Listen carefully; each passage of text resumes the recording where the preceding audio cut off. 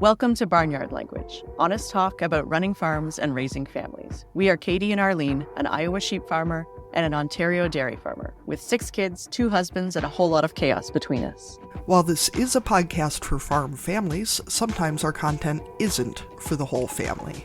So kick off your boots, reheat your coffee, and join us for some Barnyard Language. Katie, what is summer doing in Iowa? What are you doing in Iowa? Humiding? Is humiding a thing? That's what we're doing. Yes, I think so, yes. We're at that point that snacks are actually stale. Like, as you open them, things go stale. It's gross, yeah. Yum, and a bit mushy. Yeah, yum. And of course, there's no good way to tell if something's stale without putting it in your mouth, which is not amazing, but yeah. Yes, I'm looking at the window. No, not much going on. Doing the things. Is there still hay? Have we gone from first cut to second cut? Oh, there's always hay. There's always hay. This is summer, right? I don't think we've started second cut yet. I don't think, maybe? I don't know. We've been doing hay forever. It feels like one of those memes about, it's been 58 years or whatever, like, yeah. We're in that season where it rains. That field wasn't quite ready. Now it is. Yeah, it's raining every third day, so it's just enough that you can't bale anything. So that's where we are. Weaned calves last week, but thankfully it's quieted back down. And just sort of in that middle part of the summer, our kids are going back to school in about 6 weeks. So we're sort of in that, like, oh shit, we had all this fun stuff we wanted to do this summer, but also, why are the kids not back in school yet? Why are we not back to our normal routine yet? Place in the world. And nothing exciting. Independence Day happened. Were there fireworks? Or did you stay up that late? There were fireworks. Got the true small town experience. We went over to a friend's house, and in their community, the fireworks are put on by the fire department, and it's all community funded. So during the fireworks, they bring out their old, their antique truck that they use for parades and such, and they drive around town with the lights on and collect donations. And you're in a small town when they pull out the loudspeaker to yell your friend's name and tell them that they're coming back. So, yeah, the kids were very impressed. If you want fireworks, you better pay up. Yeah. It's a good time to do it because, everybody's home and sitting in their front yard. So it's a good time to go hit people for cash. Well, that's right. And they're waiting for the service that you're about to provide. So you might as well. Yeah. So it was fun. Fortunately, this year, I guess a few years ago, they had a malfunction that led to all of the fireworks going up at once, and a number of firefighters. Ooh, so that would be spectacular, but short. Yeah, they ended up with a bunch of firefighters huddled in a department truck and ended up with all the windows blown out. And maybe there was some additional training after that. We were very glad to not have that again. It was apparently something fell over, or something didn't go as high as it was supposed to, and thusly was still on fire when it came down, or it was... Yeah, the things that can happen with fireworks. Yeah, I don't want to besmirch the good name of our fire department from a town that I shall not name, but yes, they are not professional pyrotechnicians. Let's put it that way. I'm sure lessons were learned. I'm going to guess that most people who are putting off fireworks aren't, which is a little scary when you think about it, especially when all of our small towns are putting on fireworks shows for hours for the first, years for the fourth. Yep. How's your summer going, Arlene? Oh, it's been good. We're still only a couple weeks in, and yet it feels like it's been summer forever. We also have a similar weather cycle this year, it seems like, where it's a couple of days and then rain, and then a couple of days and then rain. Second cut has been getting done quickly in, kind of a field at a time between the spurts of rain. It does help because we do most of our bales wrapped, so if you have a shorter timeline, if you don't need them to be as dry.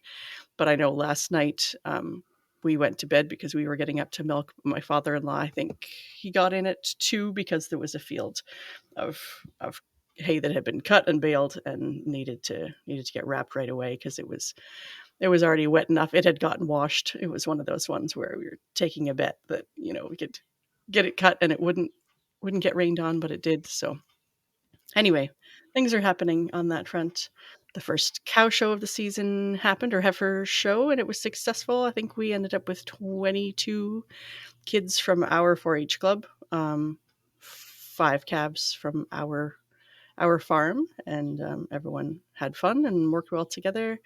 They even won the tie-up competition, which is one of the most highly sought prizes, it seems like. So that's to have the nicest display and kept clean all day, and that the judges see that you're have good teamwork and are all working together and all that kind of stuff. So that was fun that our big group of kids won that, and a couple of kids did really well placing wise too, which was nice. It was hot for sure. I was feeling a little guilty for just being someone sitting on the stands, but I'm not much help when it comes to shows, and it was a 4-H event, so parents aren't really supposed to help much anyway. So that was my place.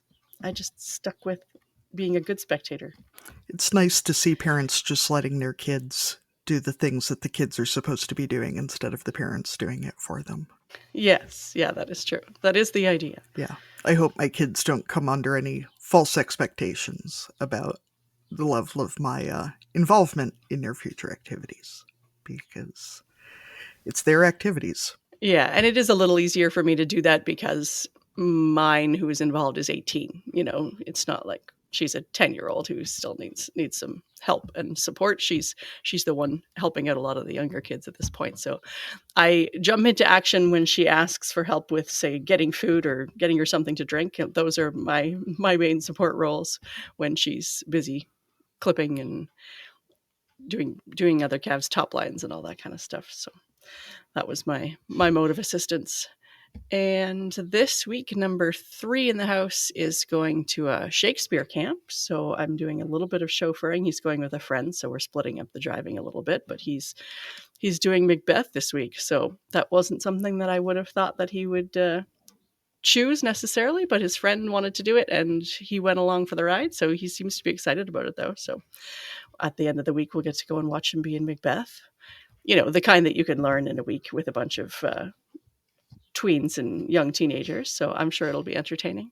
And then number 2 in the house has decided as a volunteer opportunity to join the tech crew for a local theater production. So that has been a lot of evenings. This week is starting to drive him to rehearsals. So he's on lights and sound. So he said so far he's not doing much. Last night he got to actually touch the lights. So he's mostly just observing at this point. But once they start to pull the thing together, he's going to have some jobs to do. So yeah, with older kids, it's a lot of just driving them to the places where they need to be. So that's been a lot of that, plus milking and chores and all that kind of thing. I think it is always nice, though, to get the reminder that peer pressure can be a good thing, as well as, we talk a lot about how bad it can be, but it can be a really positive thing, too, if it pushes our kids to try new things that we want them to be trying instead of... Yeah, that's right, to try something new. Not. So, there's that. Yeah, so it should be a fun week. I'm looking forward to seeing what part he has in Macbeth. He already told me he's going to be using a Scottish accent, so I also look forward to hearing what his version of that is too. That's a delightful idea, show of just a whole bunch of young teenagers with their concept of Scottish accents. I'm sure we'll be yeah, exactly. Guessing there's not a lot of dialogue or accent coaching going on. So, well, in the 4 days that they have to prepare, maybe not, but I guess we'll find out. It sounds more fun that way.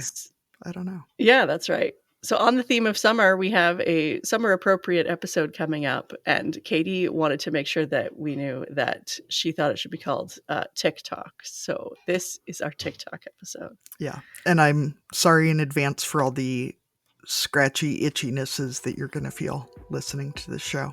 Yeah, we should maybe have a trigger warning. We're about to talk about ticks. So if that really creeps you out. I mean, at least it's At least it's not about lice. That's true. We'll do that next season. Yeah. Oh, won't that be fun?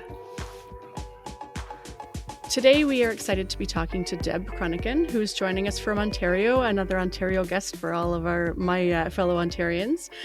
So a little bit further away from me here in Eastern Ontario, but thank you for joining us, Deb. We start each of our interviews with the exact same question. So this is a way for anyone to introduce themselves to our listeners. So we always ask, what are you growing? So for farmers, that's usually crops and livestock, but can also include kids and careers and businesses and social movements or all kinds of other things. So what are you growing, Deb? What are we growing? Well, thanks first for having me. What are we growing? We're growing a few things actually. But let me just put this in context. We live on a cash crop farm, so right now nothing's growing. But we're going to plant corn in the next pretty much any day now. My son's going to be doing that, and my husband, his main farming is an apple orchard, which is a couple miles away, just north of London, Ontario. And so apples are growing right now. The blossoms, this is a beautiful time for apple orchards. There's blossoms just covering the orchard, and it's just really pretty time for the next, just actually probably for the next few days. Um, and then so apples are growing, and you said also careers, family, and all those sorts of things. Yeah, our family, we have 4 kids, and they're growing. 2 of them are off at university, so they've recently come back, and so it feels like our family shrinks and then it grows, and it shrinks and it grows. Um, yeah, so our kids are um, 16 to 21, so they're growing. And personally, I'm trying to grow my children's book collection. So I've got 3 books and working on a new project called the Orchard series, trying to write books about apples and orchards and lots of things like that. So trying to grow that. Yeah, lots of things growing. Yeah, those are lots of very cool things. I will say, Deb, our apple trees are blooming here too, and my 6-year-old son is definitely a tree enthusiast, and was very excited yesterday that the blossoms were falling off, and he was running around the yard going, "Mommy, the blossoms, the blossoms!" And then he had to go inspect to see if there were apples growing yet. Which, I mean, I guess there kind of are, and he was very, very excited. The problem being that then by the middle of June, he's ready to pick them, and they're not ready to be picked until the beginning of October, probably. So he eats a lot of nasty green apples, but he seems happy. So whatever. Um, yeah, it is beautiful. So we have you on today to talk about an important topic for a lot of our listeners, which is tick prevention. Um, why are you so passionate about ticks? Tick prevention. I'm just going to start over. Okay. Wow. Well, I'm not. Yeah, tick prevention. Ticks, I cannot stand the little buggers. They're awful.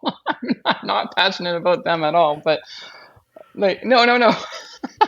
But well, okay. So here's the story in a nutshell. In 2016, I became really, really sick, and learned about a year later that it was Lyme disease. Um, And then in 2020, so just 4 summers ago, our daughter actually came home from biking. She wasn't rolling around in the grass or hiking or anything like that, but biking, and had a telltale sign, bullseye rash on her leg. And if I hadn't known about Lyme from going through my hell in 2016, I might have dismissed that rash as a mosquito bite, or probably would have just watched it and waited and do the typical things that we do, right, as parents. But I knew a lot of information about Lyme disease, and I knew, looking at that rash, that was a telltale sign that she had been bitten by a tick. And I thought, gosh, there's so much lack of knowledge about this that I wanted to do something in a in a non-frightening way, like do something lighthearted that would just educate people that this is what it is. Like we have a tick problem, and we need to teach our kids tick prevention. So I'm passionate about it from a personal perspective because our family has dealt with it um, since 2016. It's been a challenge. I was going to say that makes a lot of sense. So you actually chose to go with the angle, like you mentioned before, of starting with children, and you have actually a children's book called Tegan and the Tiny Tick. So why do you think it was important for you personally to start with it from that direction, by having a book that children and their parents can read together, rather than just trying what we often hear is just, like, here's the information to the parents, and you guys be responsible for it, but having it be more of a, something that kids are learning about at the same time. I think because the year before that I had just written a children's book, and so I was thinking about what could I do next for a children's book, and it just came to me that this is really important. And I looked to see how many books are there out there for kids about ticks. There really were about 4 or 5, not too many that were recent with strategies. And so I wanted a book, and I'm an occupational therapist background, so I'm huge on habits and routines and self-care and all those things. And I thought this is self-care. This is something that we need to incorporate into our daily self-care now. Like um, I think back when I was sick in 2016, I didn't know anything about ticks. I hadn't really heard very much about Lyme disease, and I think for those number of years, the narrative has been, if you're a hiker, if you're a camper, if you're outside all the time, there's a really significant there's a chance you're going to get bit by a tick. And now I think that narrative has really got to change, that if you're outside, if you are walking on your sidewalk, if you are playing on your swing set, if you are just, walking your dog, there's a decent chance that you are going to come across a tick. It's not, we're not a big outdoorsy, we're a farm family for sure. We're outdoors a lot, but we're not, you know, like hiking, camping, all those sorts of things. Like I think that was the narrative back years ago, that it was those were the folks that were at risk for um, tick bites, and I think I just wanted to change that. I think it's a lot more. I know it's a lot more common, and I guess to answer your question, why children? Children are at the highest risk. They're the ones that are the most vulnerable to this. One, because they don't know anything about ticks. And two, they're rolling around on the grass, they're playing outside, they're carefree, which they should be outside, right? So, but I think too, starting at a really, really young age, just like we teach them to put sunscreen on, and we teach them to put a winter hat on and to protect their body in different winter, elements of the weather, just to make it, I guess my dream is to make it a very natural daily routine, like brushing our teeth, brushing our hair, blowing our nose, things like that. It's all, the thing is, though, those are all things we still have to teach our kids, though. I mean, they don't come to us knowing how to blow their noses. We've all tried to teach a kid how to blow their nose, and it's not that easy. So that's also a valid one, because you think, oh, well, everyone knows how to blow their nose, but if you've ever had a toddler, and they have a cold, that's not the easiest skill. So yeah, all of those things we do have to model and talk about. And can you tell us a little bit of the storyline of Tegan? How does she end up with a tick? Sure, yeah. Well, again, I wanted to make it cute and friendly and not like scary. So it's very cute. And it's a little Tegan is a little girl. She's maybe about 8, 9 years old, and she has a dog named Max, and they love playing outside. So the story starts out with all the things that they're doing outside and their favorite things to do outside, and it's beautifully illustrated. And then, and one of the things that they enjoy is collecting bugs, and they um, unknowingly collect a tick. They bring home a tick. It's stuck on the dog's bum, so that always brings a laugh. And then they learn from there. They kind of learn about ticks because it was stuck on the dog. Um, and then they learn the strategies just for still going outside, playing outside, and here's the things we do before we go outside, and here's the things we do when we come in from outside. And yeah, and at the back of the book, there's some interesting tips about ticks and different facts for kids that are sciencey, and some resources for parents. Deb, I appreciate that you're talking about addressing how common different risks are, because there's plenty of things to scare my kids about sharks, which are generally not dangerous, and also we live in Iowa where they are not found. Yeah, not a huge risk factor on a daily basis. Yeah. Yeah, yeah. Because shark attacks are generally big, flashy things that you hear about, we get it in our head that it's a common threat, where really, I mean, and knowing that dog ticks, if I'm correct, do not carry Lyme disease, right? Um, Although I think they can carry other. Oh, I did not know that. See, good to know. Yeah, there's no safe tick. Yeah, yeah. In the summer, I generally pull at least one tick a day off the dogs, even with flea and tick prevention, because they still carry them in. Yeah, dogs can get Lyme, can't they? I think a friend of mine, his dog has Lyme disease. Oh yes. Oh yeah. Yeah. But even, I mean, the minute they touch the dog, they're on everybody else in the house too, because the kids are, laying on the dog and the dog's climbing in my bed, and it's and a tick is a little thing. I mean, they're gross, but they don't have quite the same threatening presence as, if your dog were to come in with a great white shark attached to its backside or something of that nature. You they don't seem dangerous unless you know about them.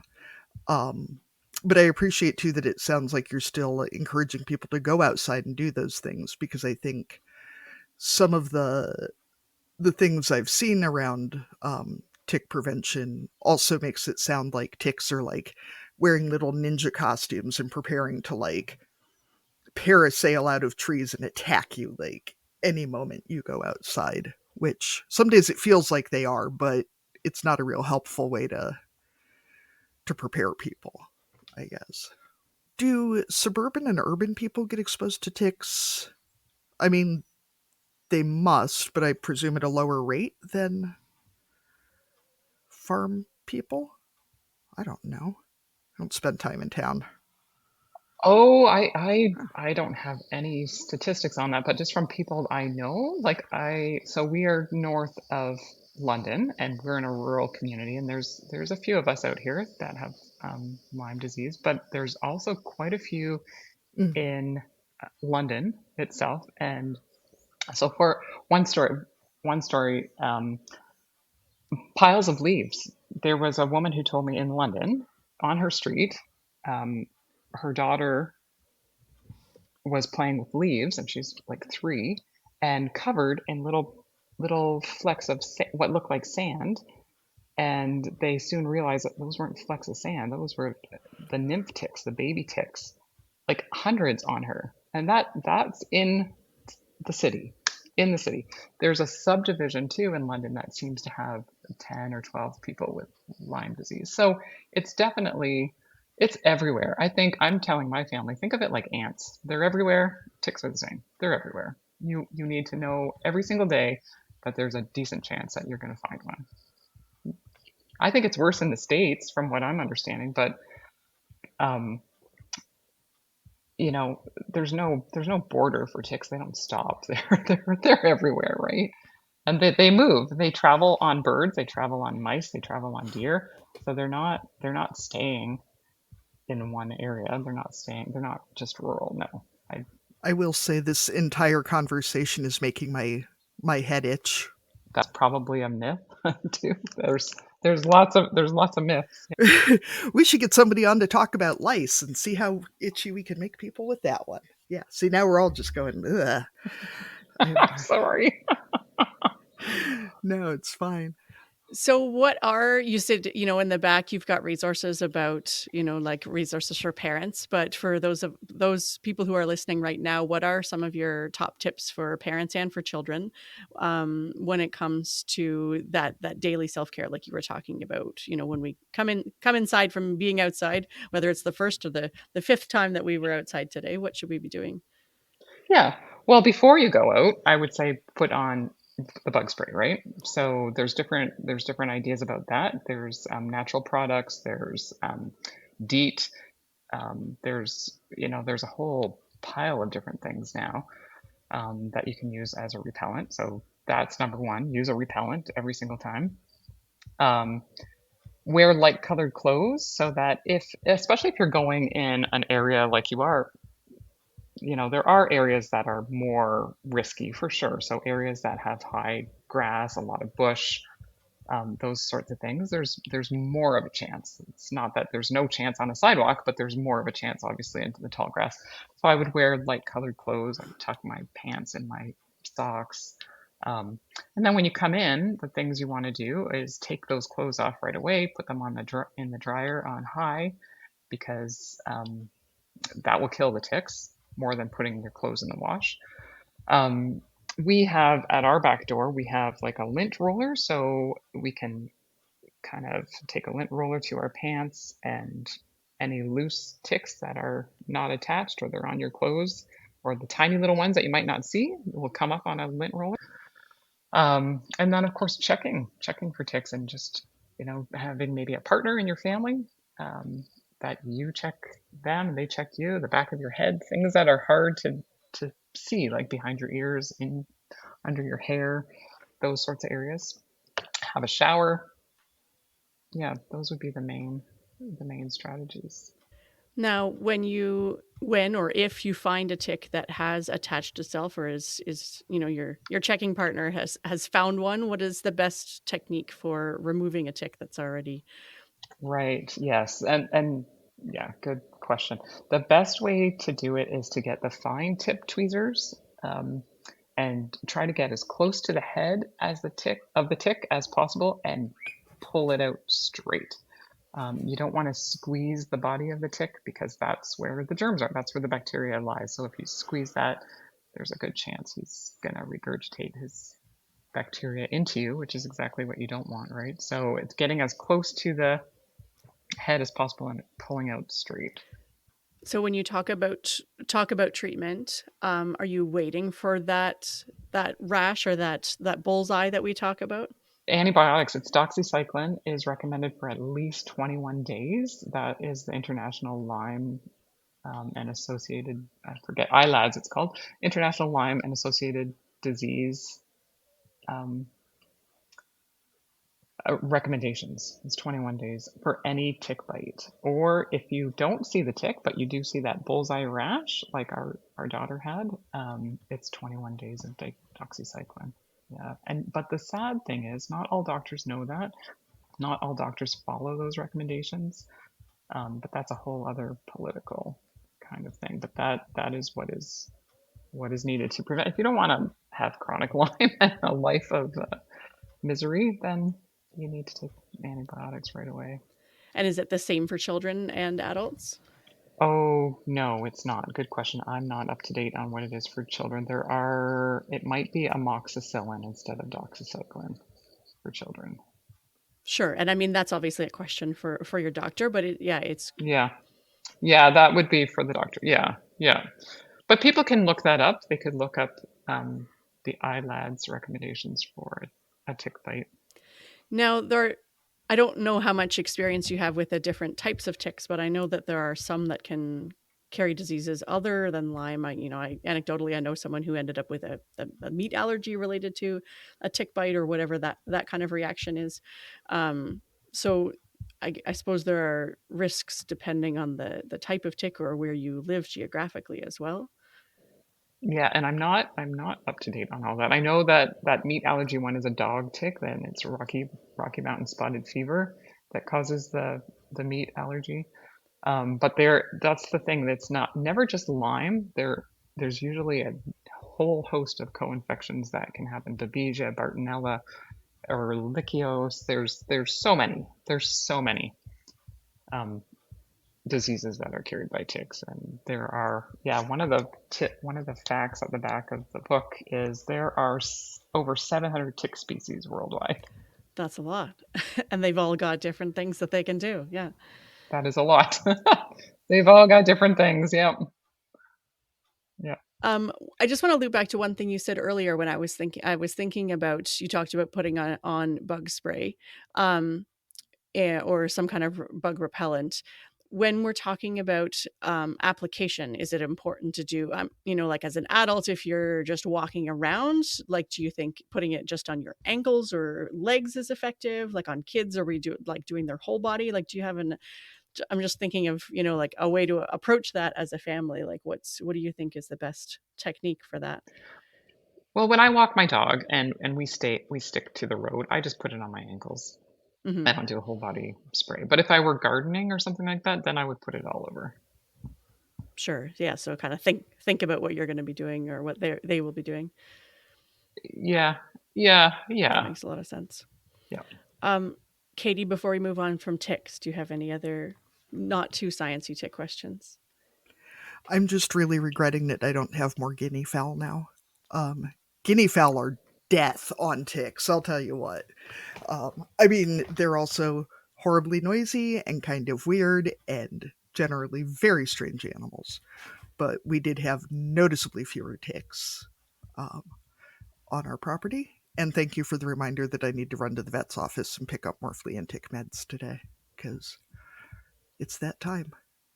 And Yes, for sure. yeah, gross.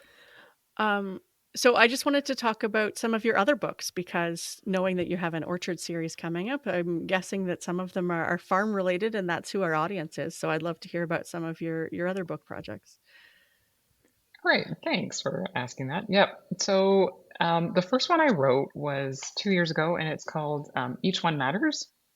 And it's just a sweet little book about um, apples and their differences and their similarities and their um, yeah. It's a children's picture book, so very few words, but it kind of compares apples with people in a way that we're all different, we're all unique, and we all grow together. We're all part of one family, and it's really just a book about kindness and inclusion and apples, and that one's called Each One Matters.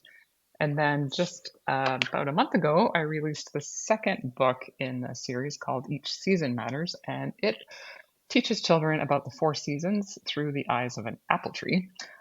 So spring going through summer and the pruning and the storms and the giving of their fruit and all those sorts of things.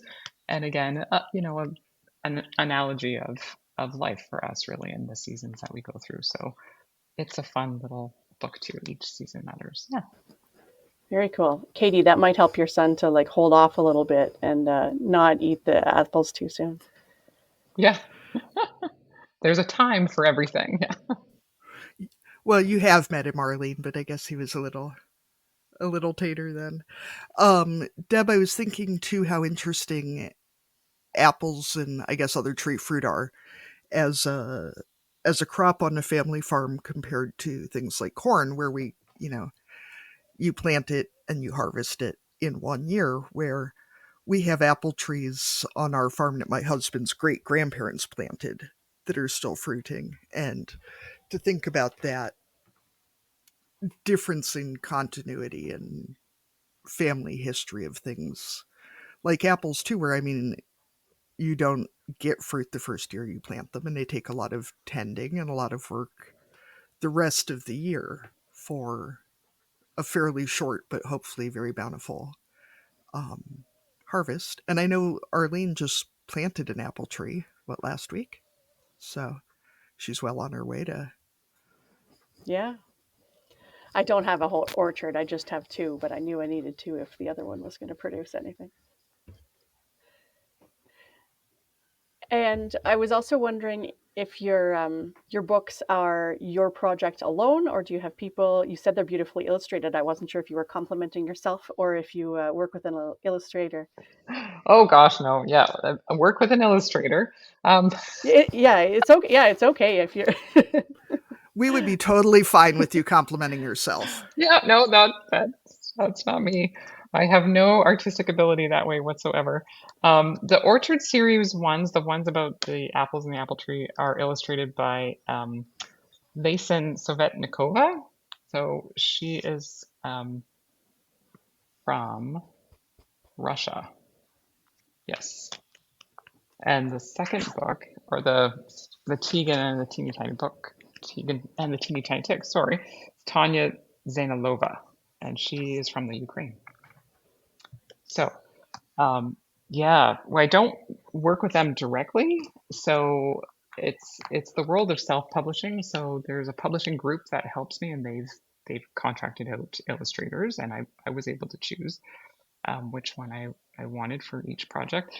And then the publishing group kind of helps me with the editing and the printing and all that sort of stuff. So yeah,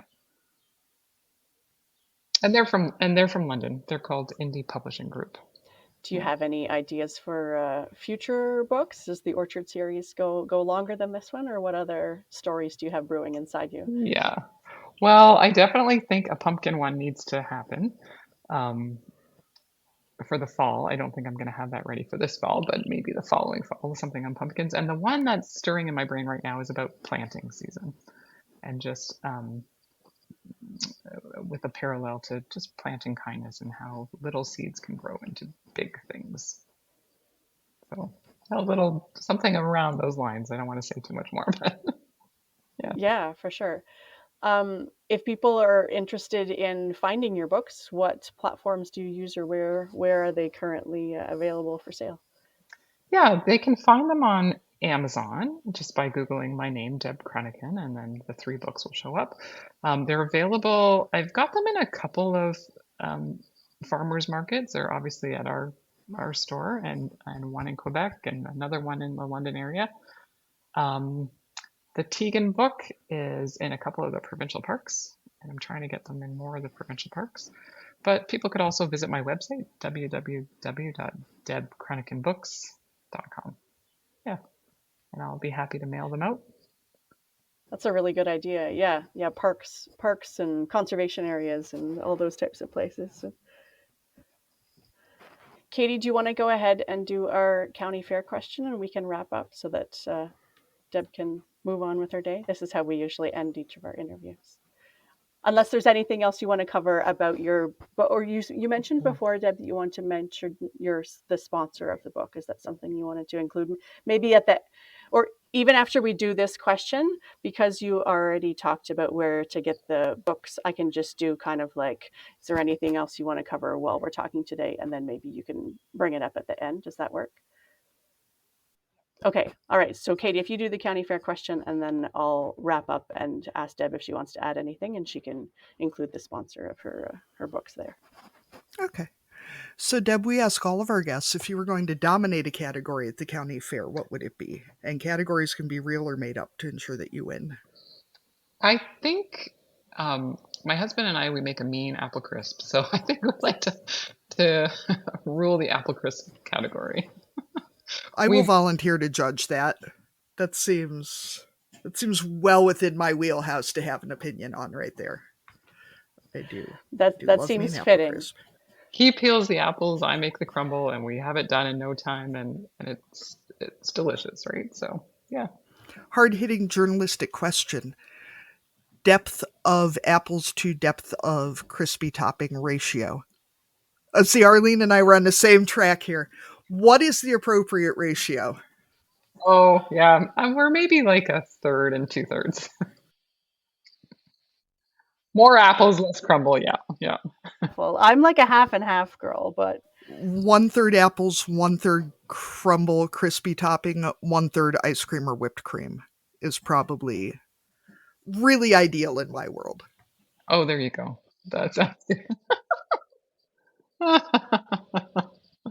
So, Deb, we want to thank you so much for joining us today. And we already went over where people can find your books, but if they wanted to reach out to you and talk to you personally, or if there's anything else you wanted to add before we sign off, this is your chance to do that before we go. Yeah, I should have mentioned that the book, The Tegan and the Teeny Tiny Tick, was really generously sponsored by two awesome places, Lyme, Ontario, and Atlantic Repellent Products, and they're a company, um, a mom a mom-based company that in Nova Scotia she developed a beautiful repellent product for ticks, and anyway, her and Lyme Ontario sponsored the book, and I'm deeply thankful. That's great because it's definitely information that needs to get out there. Thank you so much for joining us.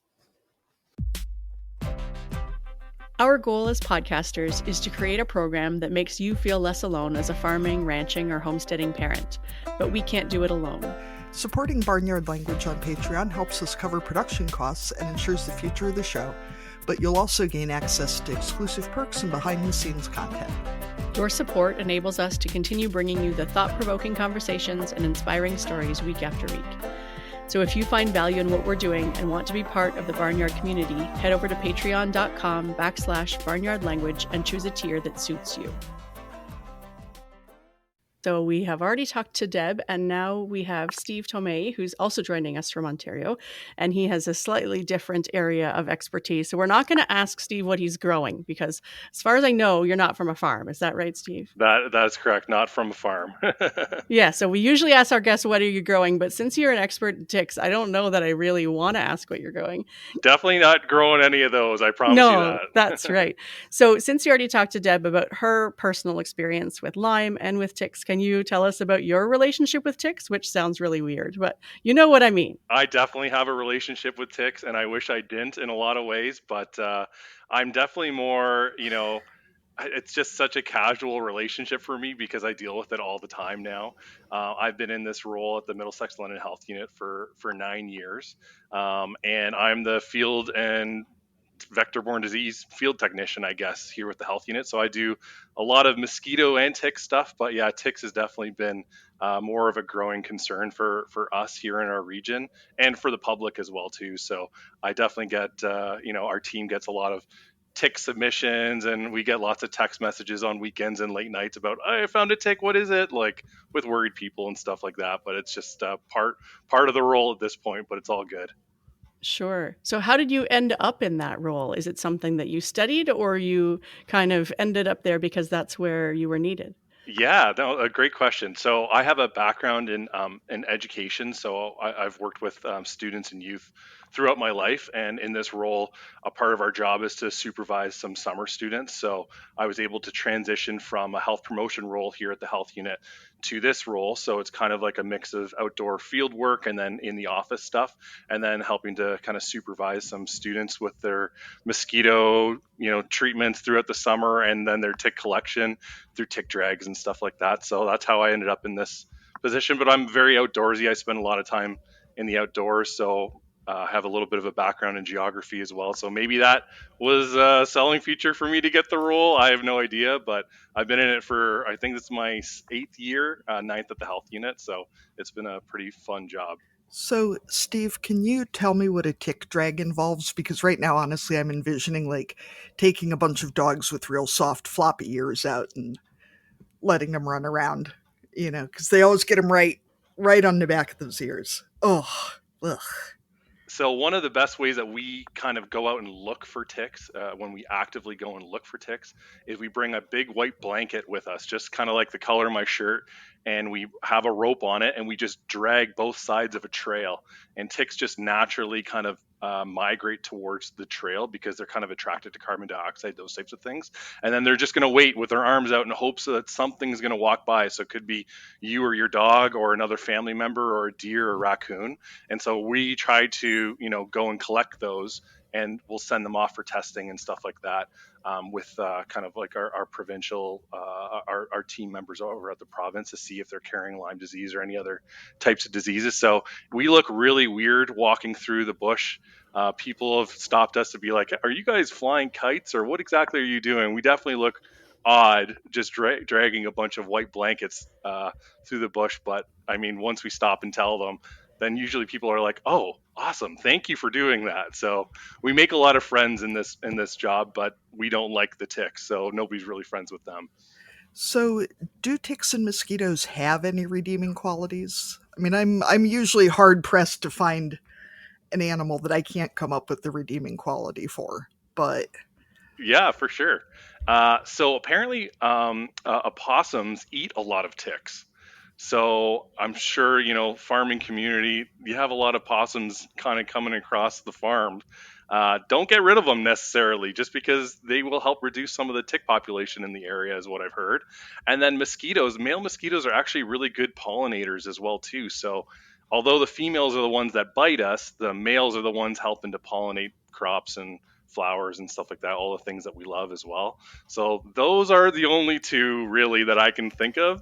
But that's not a great list. yeah, it doesn't seem to really counteract everything else they do. Yeah, it's a tough one. It's a tough sell for sure. So, when you're working in the field and assuming that you're probably not going for like the full like 20-foot death zone like many of us might wish for, since you're trying to, collect them, Hmm. what do you do to keep them presumably from biting you without destroying everything else in the area? For for sure. So we don't use any pesticides or anything like that. A lot of our messaging to the public is just protection strategies.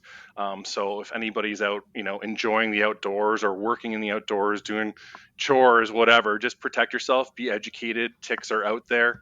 Not all ticks are bad. Some of them are just kind of nuisance ticks, but it's just better to just protect yourself as much as you can from all of them. And so, yeah, we promote a lot of people just to wear light color clothes, because ticks are a lot easier to see crawling on you if you're wearing a light color shirt than if you're wearing, a dark brown or black shirt, for example. Long pants, tuck your socks in if you can as well too, just because if you are coming across any of the ticks that are kind of hanging out on the side of the trail, they can't crawl up your legs. They have to travel over your pants. If you tuck your pants into your shirt, it gives them more time for you to be able to take a look and say, "Oh, that's a tick. I'll get it off of me," instead of them finding a nice spot to bite you right away. But then we also obviously advocate for using bug repellent, insect repellent with DEET. That seems to work for a lot of a lot of people. That's what we do in the field for us and our staff, is we wear insect repellent with DEET. That's a good one. And then we do tick checks. So we'll do tick check like right when we get back to the car, before we go back inside. If we're working with somebody, we'll just do kind of a 360 spin for each other. We'll just do a full check to see if there's anything crawling. And then after, especially I've been in a tick habitat, what I'll do is when I get home, I'll throw all my clothes in the dryer on high for 10 minutes. And then that will hopefully kill any of the ones that haven't attached to me yet, but still maybe snuck by our tick check. And then I'll do just a thorough check in the shower or a bath that night, and just make sure I'm checking all my parts. If you guys have read Deb's book, it's a wonderful line from that one I love. And yeah, just your hair, all the sneaky parts, right? Hair, your underarms, your belly button, your groin, behind your knees, those types of places too. I was just going to ask, so it feels like, especially on the farm when we're in and out all day and our kids are in and out and pets, sometimes they come in on them. Is it enough to just do a check at night? Do we, are we checking every time someone is out in the grass, or like what's, because it needs to be easy enough for us to actually do it, right? But you also also want to make sure that we're being tick safe too. So what kind of is enough, and how do we build into routines into our lives that we'll actually follow? Yeah, no, that makes total sense. I like to just do it at night. If I'm going in and out for the day, it's a lot. I mean, just keep an eye out. If you see something crawling on you, take it off right then. But, at night, just do a thorough check of yourself, your family members, your dogs. Hopefully, if, your dog is probably nice and tired after a long day of being outside, that's when I check my dogs, is when they're relaxed and sleeping. And I'll just go kind of feel their skin, see if there's anything, attached at that point. But that's really, as long as we're, removing any ticks that we find, underneath that 24-hour period. If it's a black-legged tick, which are the potential carriers for Lyme disease, as long as we're removing it before that 24-hour period, it doesn't have enough time to be able to transmit the virus into your system. So as long as you just keep kind of an eye out for these ticks moving forward each night, just have it part of your routine. If you're working with kids all day and they've been outside having fun, all right, time for a tick check. And a lot of people I know have been kind of incorporating that into their bedtimes routines, not in a scary way, a good way. Okay, time to do a tick check. So once a day, I think is more than fine. But just kind of be on alert, especially if you're in the tick habitat. That okay, it's definitely important to do a tick check tonight for sure. Sure. I feel like, Katie, you're going to have a song for that. There's actually a country song about that. A romantic song where he suggests checking each other for ticks. I have to say that even like Yeah, I'm picturing you making up one for your children. Oh, I have, trust me. I feel like talking about ticks is the only thing that approaches talking about lice in how itchy I am just sitting here thinking about it.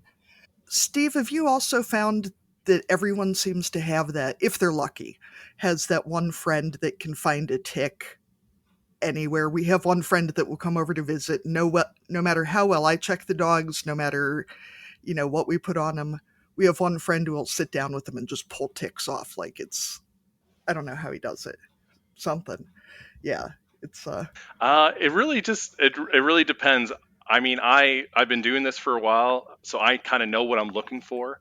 And ticks vary in size, right? So a lot of people don't know that they could be the size of a poppy seed. Some of these black-legged ticks, and the biggest they can get when they're not fed is more like a sesame seed, apple seed type of size. So that's really small. So if you're thinking that if you're looking for dog ticks are a bit bigger, for example, you might totally not even think about checking for something smaller if you're looking for something that's more of a pencil eraser. So as long as you kind of are aware that ticks are really small, they have 8 legs, they don't jump or fly, they just kind of crawl.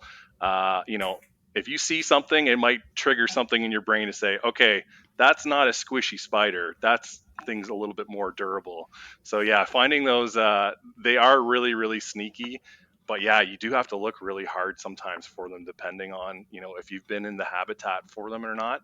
So it's definitely a challenging thing. so. Speaking of them being squishy, what's the best way to remove ticks, and what is the best way to kill them? I mean, to be honest, we have a lot of dog ticks in our area. I'm in the central U.S.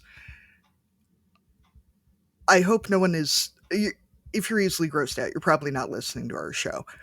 I have encountered ticks that were. Apologies, everybody. Especially this episode, yeah. Yeah. I have encountered ticks that are so fat, so well fed that they can't walk, that they become detached simply because they can't reach anymore. Those are pretty damn easy to kill. But you get those little duders, and it was easier in the 80s when everybody had an ashtray and smoked at home and you could just burn them. But now we don't do that. Most folks don't, I don't think. I feel like a real redneck here. Yeah.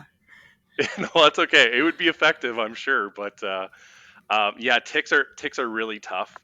So what I typically do is I'll remove it with tweezers, and that's kind of our big public health messaging to people.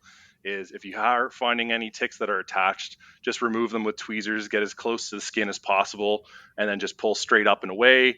Don't be twisting, don't be digging, any of those kinds of things. Just pull up straight away. Give your skin a wash with some hot water and some soap. And as long as you were as close to the skin as possible, hopefully you got kind of the jaws that were in the skin. And then you could put it in like a container or something like that. And then it's what I like to say is try to identify what type of tick it is before you kill it. If you know it's a dog tick, then that's great. But as long as you know it's a dog tick or black-legged tick or Lone Star tick, those types of things, look for the details. Orange, if you're seeing a female black-legged tick that's kind of got some orange on her back, that's a telltale sign that it's a female black-legged tick. And then you can kind of keep an eye on it. You can have hopefully an idea of how long a tick was attached.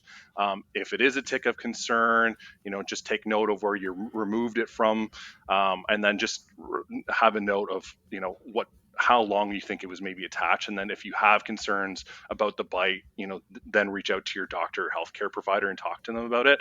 But if you're going to kill a tick, like I said, they're not as squishy as a spider. I would do all of those types of things first. See if they need, if they need to take the tick, any of those types of things. I wouldn't really kill them. But if I'm out in the field just camping for a weekend or something like that, or going out for a hike and I know it's a dog tick, I'll just crush it between two stones or something like that.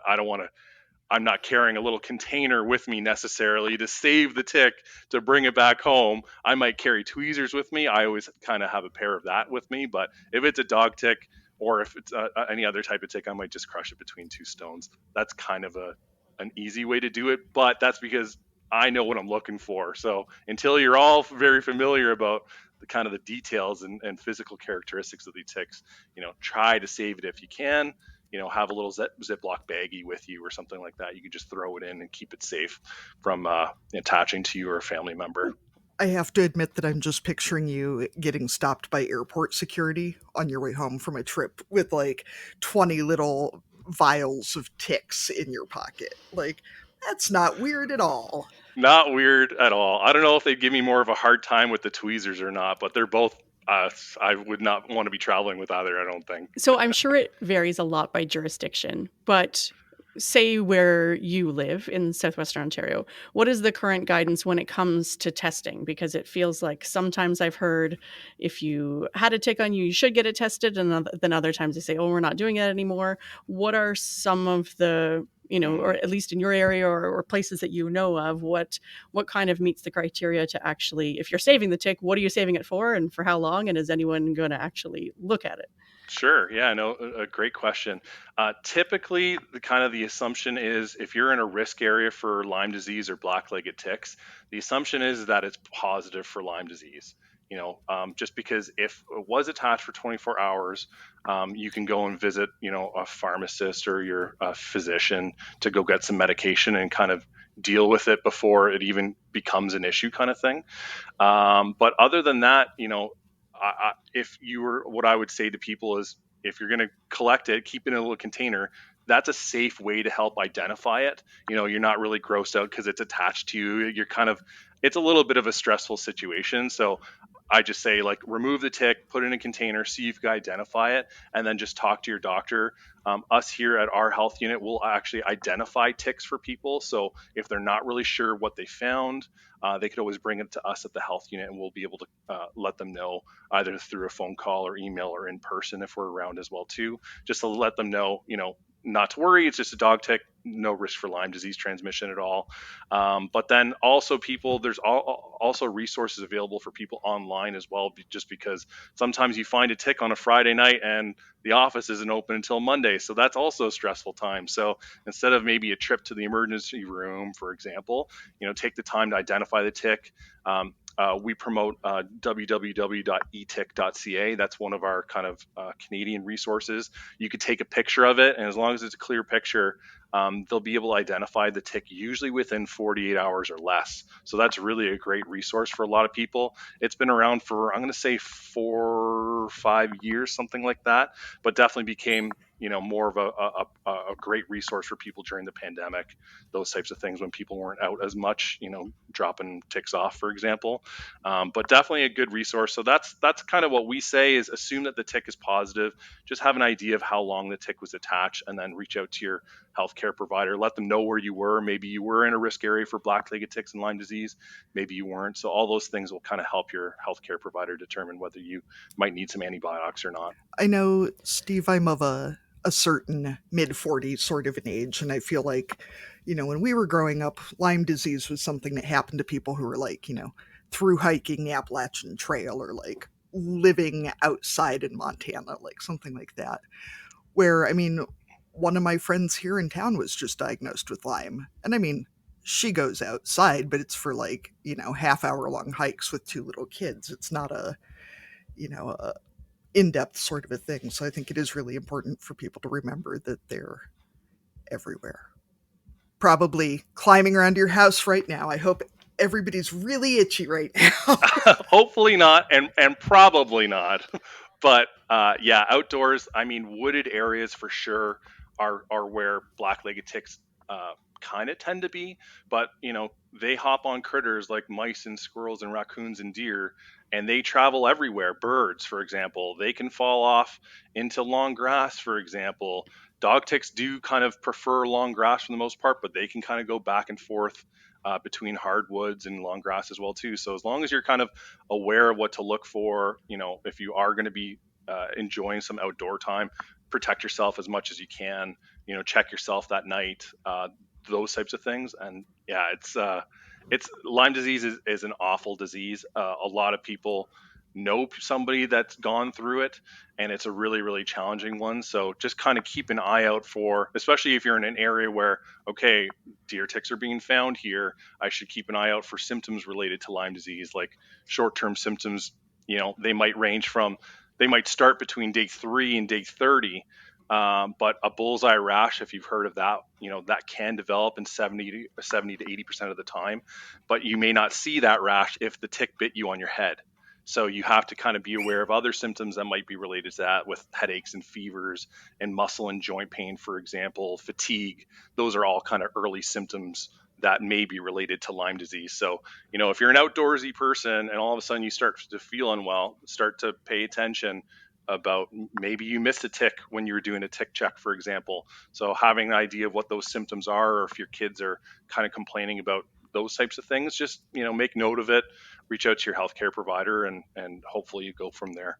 When you're talking about symptoms, are there symptoms that are different? Does it present differently at all between men and women, or between adults and children? Are there different things that we should be looking at if it's in kids? I haven't heard of any differences between adults and children. I know the bullseye rash, like I said, doesn't always show up, and it doesn't always look like a bullseye with kind of like a red mark growing over time with a kind of outer ring on it.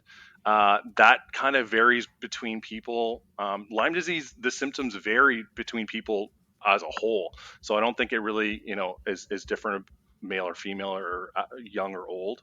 But just kind of have an idea what those symptoms are, especially if you are, even for 30 minutes a day, going for a nice walk with your dogs.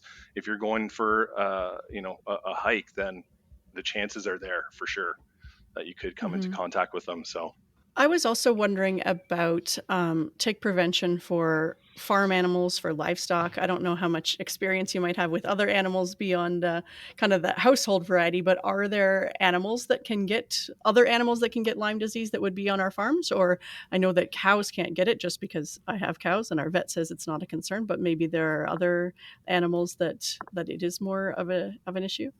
No, I've just been I've talked to a couple of vets over the years as well too, and I guess dogs have a chance of getting it, although they don't really contract it to the same way that we do, for example. But a lot of people can give their dogs medication to kind of prevent the tick from attaching. I know that's what we give my dogs at home, and it works really well. It kind of kills them. Unfortunately, that's my immediate area of expertise is household pets, not so much of farm animals, unfortunately. But definitely a good question. I haven't had that one before. We can talk to our veterinarians if we have concerns, I'm sure. Yeah, good. They'll know for sure. Arlene, I can say that free-range poultry, especially ducks and guinea fowl, have really reduced our tick pressure. But then you have to deal with ducks and guinea fowl. Yeah. So it is a trade-off. So how often do people want to show you really gross bug bites when you're out in public? Or are they carrying ticks around to show you at the grocery store? Or how weird do people get? Yeah, I have had it with I had a tick bite right here, and they show me, and it's for the most part on their arm, but we've had tick submissions on paper when we're like, where did you find the tick? And we say where did you find the tick? Maybe in what region did you find the tick? No, they're going to tell you that they got it off the right butt cheek.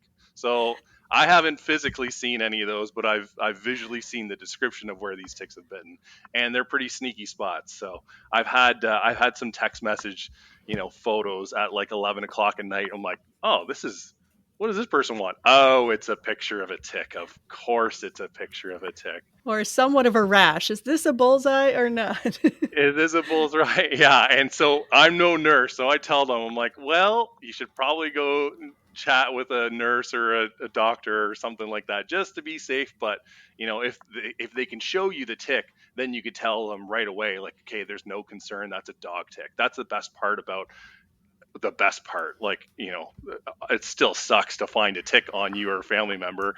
So, but the best part about finding one is that you can determine what type of tick it is. So that's, it is a positive, although in a pretty negative situation. But, if it is a dog tick and it was attached to you or a family member, at least you can kind of alleviate any of that stress or concern pretty quickly. So you mentioned that you're also doing work with mosquitoes. Are there particular mosquito-borne illnesses that we're still concerned about? It seemed like West Nile was a big thing for a while, but I haven't heard as much about it lately. What are you doing with mosquitoes? Yeah, mosquitoes is kind of like our bread and butter in our region. So we have 4 summer students that we hire pretty much every year, and they go out and do mosquito control on standing water on public property. And so they'll go look for mosquito larvae. If they're vectors for West Nile virus, that's really the main concern that we have here in our region, thankfully. Then they'll treat the water, and they'll treat the water with just a product that only impacts mosquito larvae. It won't impact ducks or frogs or birds or anybody playing in the water, drinking, dogs, those types of things. It only impacts mosquito larvae. But last year was a big year for us for, I think, West Nile. I think we had, I'm going to say, between 9 and 12 positive areas for West Nile virus. So it's always here across the region, across Ontario. It just depends on whether you happen to catch an adult mosquito that is positive for it, because we set up traps that are all across the region. But just because we caught one mosquito here doesn't mean 2 kilometers down the road maybe there's another positive one there too. So we're very active with our kind of mosquito treatments throughout the summer. And yeah, mosquitoes are also another itchy critter we got to keep an eye out for as well too. So it's fun times. So when you interview these summer employees, is there any sort of like mosquito-based testing? And if there is / were, would you prefer students who were very attractive to mosquitoes, or students that mosquitoes were like, man, never mind about? You know what? I've only been involved in, I think, 1 round of hiring, and we didn't have anybody bring that up. The fact that, oh, mosquitoes never bite me, because then they might be like, oh, that might, if you're working with a partner, that might mean they're coming to you instead. So I don't know. No, we would never consider something like that. But it is an interesting factotum, I guess, about it. But yeah, some people are just, they have an aroma or a smell, or mosquitoes just tend to like their breath more, for example. But yeah, there's people I know that have told me they'd be standing in a group of 10 people outside on a summer evening, and they're the only ones getting bitten, and everybody else is so happy for that. But it's a challenging thing for sure. Is there anything, like, I know there are insects that are attracted to perfumes or deodorants or whatever. Is there anything similar for ticks and mosquitoes that we should be avoiding, or anything we should be trying to adjust, besides just like drenching ourselves in 55 gallons of DEET, which is my preferred, just a shower outside the door? For sure, it can be effective. Yeah, insect repellent with DEET, that's the big one that we promote. There's some other ones as well too, like permethrin treated clothing. That's starting to become a little bit more popular. And then in Keratin, it's another product as well too. You could probably find them at your local pharmacy or kind of outdoor stores. Just follow the label instructions. I know in Ontario, I think the highest DEET that we could get is 30%, but that might be different for your viewers in the States. I know that I've seen higher for sure. But yeah, just follow the label instructions as appropriate. But yeah, there are some other products that could help you prevent ticks and mosquitoes from even kind of getting near you or kind of dying on site type of thing. I think that's how the permethrin works, but I haven't used the product personally, but I have heard some people have had some success with that. So, are you looking for a blend of rural charm and personal growth? Tune in now to the Dairy Hour podcast with me, Val Levine. Join this dairy farming mom for insightful chats, empowering tips, and plenty of laughs. Nourish your mind and embrace the journey. Subscribe now to the Dairy Hour podcast, where every episode is a breath of fresh air and inspiration. Available wherever you get your podcasts. For more information, check out dairygalval.com. Do you know if researchers are getting close to having something like, I mean, we can give our dogs, like you said, our dogs can take a medication to prevent the ticks from wanting to attach to them or to find them more repellent. So do you think that that's in the works? Are people working on a human version of something like that? I think there actually used to be one, and then they took it off the market years ago. But I think just with how prominent Lyme disease is becoming, it's it's not just like during the spring, fall, and summer. Our winters have been a bit more mild of years past, so ticks are able to survive the winter. So having a tick that has Lyme disease, bite you in the middle of January doesn't really seem like that's a time for it, but it really could be if it's a mild winter. So I wouldn't be surprised if there are some, medical professionals out there continuing research to see if this is something that, can be brought back to the public again too. It's really interesting, but yeah, I don't have any involvement in that piece of it. They would be like, "Are you seeing a lot of ticks?" I'd be like, "Yes," and they're like, "Okay, that's all we can do, I guess." So, So, what's next for you and your team? yeah, great question. We do a lot of like obviously field work. We're looking for mosquitoes and ticks, which I've covered as well too. But we do a lot of public education throughout the summer. So I do a lot of presentations in schools and summer camps, just making sure people are aware that to protect themselves and remind them, here's a couple ways you can protect yourself with the long clothing and the light colors, insect repellent, those types of things. But then, especially if we're going to a lot of campgrounds, summer camps, kids love bugs, even if they are ticks or mosquitoes. So they are really excited to kind of take a look at those types of things. So we usually bring a lot of those, educational resources with us so that they can take a good look at, okay, here's what a dog tick is. Look at the white colors on the back. If you're seeing white colors, that's probably a good sign that it's a dog tick. Okay, now look at the black-legged tick. Look how small this one is. Do you see the one with the orange butt? That's the one I always say for the young kids, and then it always gets a laugh. So if you see the one with the orange butt, then that's a black-legged tick. So it just that public education is like a big part of our kind of job that we do here, is just making sure people are aware. Protect yourself. Okay, it's a long weekend. You're going camping with the family. Make sure you protect yourself. Check yourself. Those types of things. Plan ahead. Bring some tweezers with you. A lot of that public education happens during the summer, sometimes in classrooms, sometimes in outdoor classrooms, which is amazing as well too. But yeah, a lot of summer camps that will do some education with the staff and some of the attendees as well too. I'm going to have to say, and anybody who listens to this show knows that I'm gross, but I feel like if you opened all like educational videos with just a 15-second clip of well-fed insects getting smashed, I feel like you would really get people's attention, because might get a lot of likes or dislikes depending on the person. A lot of attention. You're right, Katie. Especially those engorged dog ticks. It is very satisfying. They are big. Like they can get to the size of a good size raisin or a small grape kind of thing. They can get pretty big, and when they're full of blood, they're gross. Last summer, I will admit that I found something on the floor. I thought one of my kids had dropped a blueberry, and when I went to pick it up, I realized it had legs, and it exploded when I touched it. And it was both horrifying and so impressive that a full year later, I'm still talking about it. Yeah, you won't. I don't think you'll forget that. We've had people submit like a fully engorged dog tick on a Friday, and we come back to the office on a Monday, and she's laid eggs in the container. So that's a great one I've had the chance to see too, which is just worse. And I apologize for everybody watching or listening. It was not a good visual. So yeah, hopefully I don't haunt anybody's dreams. How long does it take them to digest that much? Oh boy, I don't know. I know that now I'm wondering if they get stretch marks. That's a good question. I never wanted to look at that tick again after she laid the eggs. But now that I'm thinking about it, I wonder what she would look like if she had all that blood laid the eggs, like what happens to her after. I know typically that they like to lay eggs back outside in an area where like a mouse hole or something like that, something where like an animal is going to go and be traveling by, so that when those eggs hatch, they have something like a food source really quickly.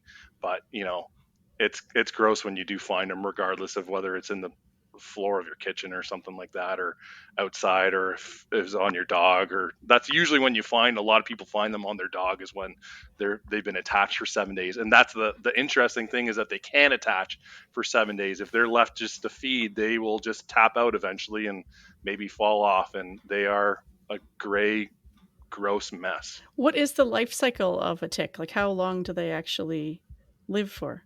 2 to 3 years are like the black-legged ticks is what we've heard of, and they kind of go from. Wait, stop? Did you just say years? Yeah, they can survive winters. Ew. Yeah, it's worse. It sucks. And how many times can they lay eggs in their life, or like within their lifespan? Good question. I don't know. I know that their life cycle is egg to larva, nymph to adult. So when they're in a larva, they're like, I don't know, the black-legged ticks are a grain of sand. But the good news is with those ones is that they haven't yet fed, so they can't transmit Lyme disease. Once they've fed, they actually grow an extra pair of legs. So when they're in larva, they only have 6 legs. Then they get their first blood meal. They grow an 8th pair of legs. And if that blood meal had something, if they contracted Lyme disease from that blood source, then they could transmit it to the next thing that they bite. But yeah, they could survive, 2 winters at least, I've heard. But yeah, 2 to 3 winters, or 2 to 3 years, I've heard some ticks can survive. Wow, yeah, I just assumed, like other bugs, that they had a pretty short lifespan. I didn't realize that they could just keep going. They're sneaky. They'll actually go underneath the leaf litter during the winter just to try to stay warm and cozy. Like we would use like our houses with insulation and a nice cozy blanket. They'll do the same thing to survive the winter, and then they'll lay their eggs whenever they have a blood source to be able to do that, the females. And I don't know how many times that happens a year. Hopefully, I would wish none or very few, maybe one, I guess, but still, it's kind of a gross thing to think about. Arlene, no, for as much as we complain about our kids growing when we feed them, at least they're not growing an extra pair of legs. Like, I feel like that would really take the inconvenience up a notch. For sure. Ugh. So, folks, we found out what will gross me out. Insects have no business living for 3 years at a crack. No, it's not fair. Yeah. Bearer of bad news. I apologize, everybody. Yuck. So, Steve, we ask all of our guests, if you were going to dominate a category at the county fair, what would it be? And categories can be real or made up to ensure that you win. I have a really loud teacher voice. I can get people's attention really quickly. I'm also pretty tall, so having that height and the voice kind of is like a natural amplification. So I've had people come up to me and be like, hey, can you announce to people that like I lost my keys and to come see me over here? And I'd be in the middle of a giant hall and would get everybody's attention pretty quickly that way. So that's happened, I think, a couple of years ago. But yeah, I have a pretty loud, commanding voice sometimes. I'm trying to tone it down for the podcast today, but the height and the voice can definitely, I don't know, maybe it's the teacher background or something, but yeah. Those are good skills to have. I just assumed you were going straight to tick identification, but I mean, we already know you're good at that. So and you would know your competition too. So maybe you're not the very best out there. You don't want to oversell yourself. That's true. That's very true. I didn't even think about it. See, that's how like disassociated I'm like, oh, I don't even think about it anymore. So yeah. No big deal. Just more ticks. Oh yeah, for sure. All right. I feel like I know what our theme might be for cussing and discussing, since we've already discussed a lot of gross stuff. But if you are a listener and want to submit your cussing and discussing, you can go on our SpeakPipe and leave a voice memo, or send us an email at barnyardlanguage@gmail.com, and we will read it out for you. Katie, other than discussing ticks, what are you going to cuss and or discuss this week? I'm actually going to cuss anytime that you are trying to get rid of an insect in a place where other people can see you but not the insect. I was being attacked by a very persistent deer fly this weekend while at someone's house, and nothing makes you look quite as unhinged as trying to slap a deer fly off you in front of other people. when you're or being on a Zoom call or something and going Oh out. yeah, people think you're losing it. Something's going on. Yeah, I also posted this week about I work remotely and how often I have to shut off my camera during Zoom calls because I'll get a fly in my office, and you can't really chase them around with a fly swatter while you're on a work meeting. It's worse if it lands on your face on a video call. Then it's like the other people are looking at you like, do they know there's a fly on them right now? Yeah, I've had them cross in front of the camera too, so at least then they can see that it's there. Yeah, then it's an attack. Then they know. Yes, yeah, that's right. It's gone full farmhouse. Yep. Steve, what do you have to cuss and discuss today? Cuss and discuss? I don't know. Not too much. It's summertime, which is the best. Hopefully a lot of people are enjoying this type of year. So yeah, we're just outdoors more. I just love being outdoors. Hopefully that it'll be a good summer. I know we were kind of chatting a bit before. Last week was real hot. That was a struggle for sure. And I think we need to everybody needs to make a friend with a pool. I think that's a good goal to have this summer, is to meet a friend with a pool or go and take a nice trip to the lake. A day trip to the lake is a good call. So I think that might be on my agenda for the next July, August moving forward. Yes, fitting in all that swimming is a good one. Now, will ticks fall off if you're swimming? I shouldn't go back to ticks again, but I don't know. I haven't personally tested the theory. I mean, I could, but I don't really want to just. Yeah, no, I'm not saying you need to do science. No, I know. Don't use your body for science in that way. No, I will not do that. I will not do that. No, I'll maybe schedule that question for like our next ministry call and be like, maybe the big dogs up top, maybe they've tested that theory before, but no, I haven't seen that for myself, unfortunately. Yeah, for sure.